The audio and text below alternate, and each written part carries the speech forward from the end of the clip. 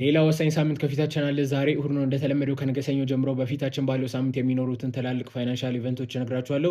እናንተም እንደተለመደው ፎሎ እያደረጋችሁ ሁለት ማወቅ ያለባችሁ ዋና ነገሮች ጦርነቱ እንደምታውቁት እንደቀጠለ ነው። ይሄ ማርኬቱን ስቲል አፌክት የሚያደርገው ይሆናል እና ደግሞ ፓርሻል ገቨርንመንት ሸትዳውኑ ስቲል አላለቀም። ይሄም ማርኬቱን አፌክት ያደርገዋል። ወደ ዋናው ነገር ስንመለስ ይሄኛው ሳምንት ከዛሬ እሁድ ከማርች 8 የሚጀምር ይሆናል። ማርች 8 እንደምታውቁት ዓለም አቀፍ የሴቶች ቀን ነው። እንኳን አደረሳችሁ በመጀመሪያ። ነገር ግን እሱን አይደለም ላወራ የመጣሁት።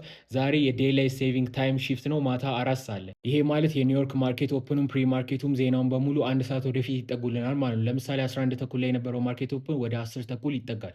ሰኞ ላይ እንደምታዩት ምንም አይነት ዜና አይኖርንም። በተመሳሳይ ሰኞ ላይ ኤርኒንግ ሪፖርት ቢኖርም ኢምፖርታንት የሆኑ ኤርኒንጎች አይኖሩንም። ቀጣይ ማክሰኞ ነው። እንደምታዩት እንዳለ የሎ ፎልደር ብቻ ነው። ማክሰኞ ላይ እንደምታዩት ከኦፕን በፊትም ከክሎዝ በኋላም የተለያዩ ኤርኒንግ ሪፖርቶች ይኖሩናል። ከዛ መካከል ከክሎዝ በኋላ የኦራክል ኤርኒንግ ሪፖርት ይኖራል። ሮብ እንደተለመደው ምርጥ ቀን ነው የሚሆነው፣ ምክንያቱም ሲፒአይ ዜና ይኖረናል። ሜቢ ሮብ ላይ ሲፒአይ ዜና ስላለን ይሆናል። ነገር ግን ኢምፖርታንት የሆኑ ኤርኒንግ ሪፖርቶች የሉንም። በቀጣይ ሐሙስ ነው። እንደተለመደው በዚህ ቀን ክሌምስ ብቻ ነው የሚኖረን እና እንደምታዩት ሐሙስ ላይ ከኦፕን በፊትም ከክሎዝ በኋላም የተወሰኑ ኤርኒንግ ሪፖርቶች ይኖሩናል። ከኦፕን በፊት እነ ሊዮ አውቶ አሉ፣ ከክሎዝ በኋላ ደግሞ እነ አዶቢ አሉ። በስተመጨረሻም የሳምንቱ መጨረሻ አርብ ላይ ፒሲ ይኖራል፣ ፕሪሊሚናሪ ጂዲፒ ይኖራል። ይሄ ምን እንደሆነ ቪዲዮ ሰርቼበታለሁ፣ ገብታችሁ ይዩ እና ደግሞ ጆብ ኦፕኒንግስም ይኖረናል እና እንደተለመደው አርብ ላይ ምንም አይነት ኤርኒንግ ሪፖርት አይኖረንም። ከጦርነቱ ጋር በተያያዘ ቶሎ ቶሎ አፕዴት መሆኑና ማርኬቱ ላይ መጠንቀቅ ያስፈልጋል። የሰዓቱንም ጉዳይ በደንብ ትኩረት ሰጥታችሁ ልታስተውሉት ይገባል። ከዛ ውጪ መልካም ሳምንት ይሆንላችሁ። ላይክ እና ፎሎ ማድረግ እንዳረሱ